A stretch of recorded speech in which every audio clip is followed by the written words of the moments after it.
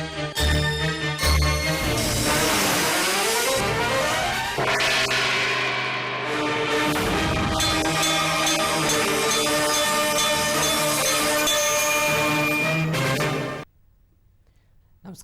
ఘంటారావానికి స్వాగతం. ముందుగా ప్రధానాంశాలు.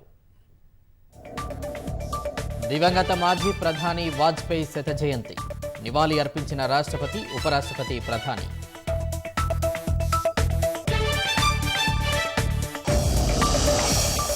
దేశాభివృద్ధికి వాజ్పేయి శక్తివంచన లేకుండా కృషి చేశారన్న మోదీ. స్వావలంబన భారత్కు జీవితాన్ని అంకితం చేశారని కితాబు. నేడు మెదక్ జిల్లాలో పర్యటించనున్న ముఖ్యమంత్రి. పలు అభివృద్ధి పనులకు శంకుస్థాపన చేయనున్న రేవంత్.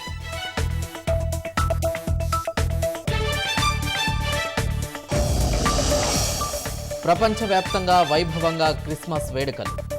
చర్చిల్లో క్రైస్తవుల ప్రత్యేక ప్రార్థనలు.